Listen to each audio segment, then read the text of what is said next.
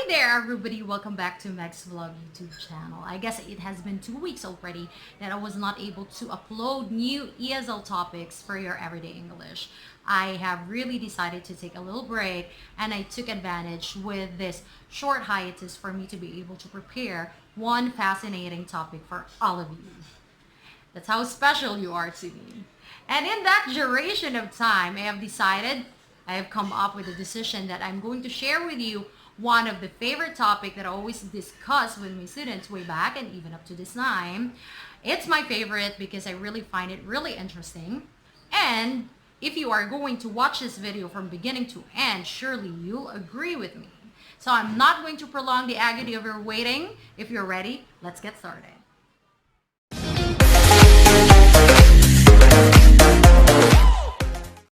So, to commence our discussion for today, let me share with you some of the basic sentences that could highlight our topic for today's discussion. First sentence is, she has much money in her bank account.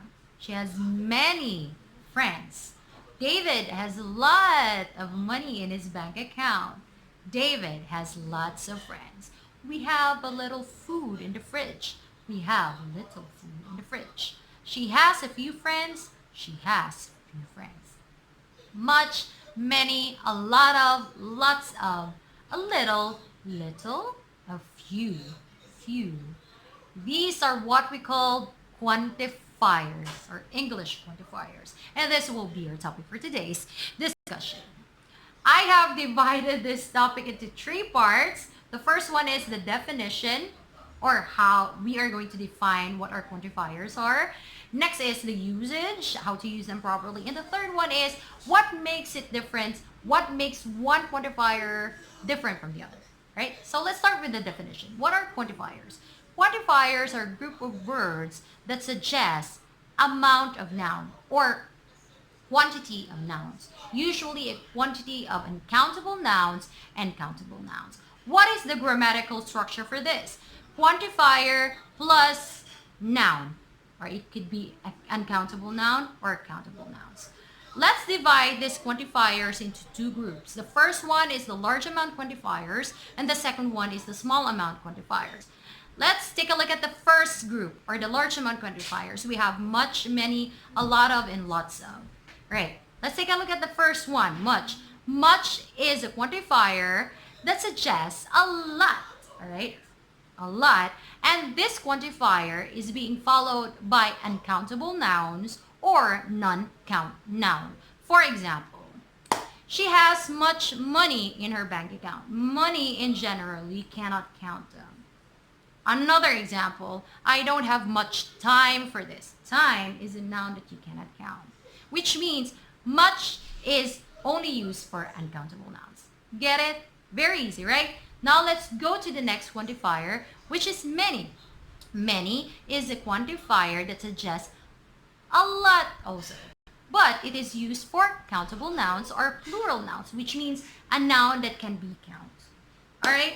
Okay, for example, I have many friends. Your friends, you can count them, right? Or she has many questions to ask.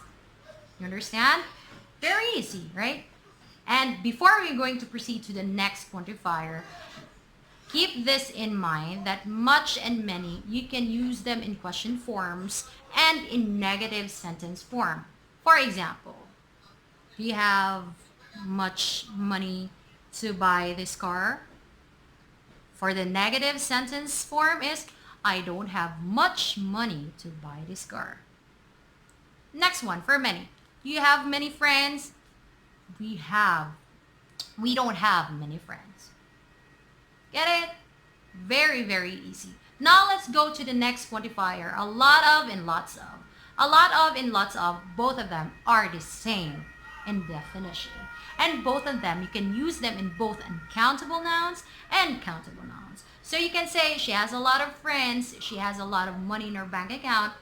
You can use these quantifiers in both uncountable nouns and countable nouns. Very easy, right? Okay, now let's move to the next group of quantifiers that suggest a small amount quantifiers. We have a few and a little. Let's take a look at the first quantifier, a little. A little is used for uncountable nouns. For example, we have a little water in the fridge. Water, can you count them? No, you cannot count them. It's uncountable nouns. We have a little water in the fridge. You can also say we have a little money in our bank account, like that, right? So uncountable nouns. Now let's move on to the next quantifier, which is a few. A few is used for countable nouns or plural nouns. Nouns that can be counted. Okay? For example, I have a few friends. Right? Get it? Very, very easy. It only suggests a small quantity of something. A few and a little is only suggesting small quantity of nouns. Now, let's move to the next pointer or part of this discussion, which is the difference between one quantifier to another. Let's take a look at a little and little. Let's have two sentence example using this a little and little. She has a little money to buy that food. She has little money to buy that food. Are they the same? Looks the same? Sounds the same? It seems the same. But actually, it's not. Why? When you say she has a little money to buy that food, she has some money. It may not be a lot, it may not be much, but she has. So it's enough to buy that food. But when you say she has little money, almost nothing. Little. Remember that? She has little something, which means almost nothing. Almost no money at all. Sad, right? So, little suggests negative effect, while a little suggests a positivity. Okay?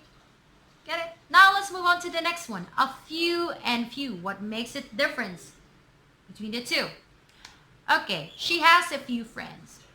Well, when you say she has a few friends or I have a few friends, which means I may not have a lot of friends, but somehow I have some friends and I'm not lonely. I don't feel lonely because I have friends.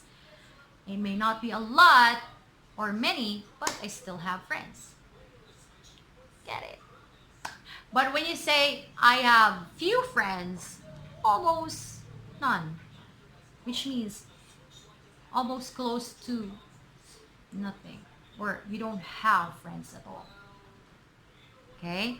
So remember those usage of, the proper usage of those quantifiers that I have mentioned to you guys, and keep on using them in your whatsoever, in your informal written English or oral or spoken English, so you'll be able to familiarize yourselves, and at the end of the day you'll be able to get used to using them properly, and you will sound more like a native English speaker, right?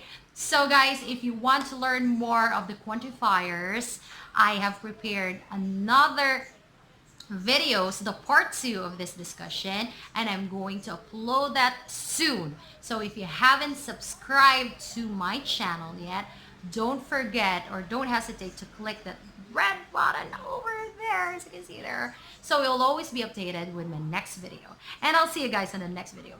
Have a nice day. Goodbye.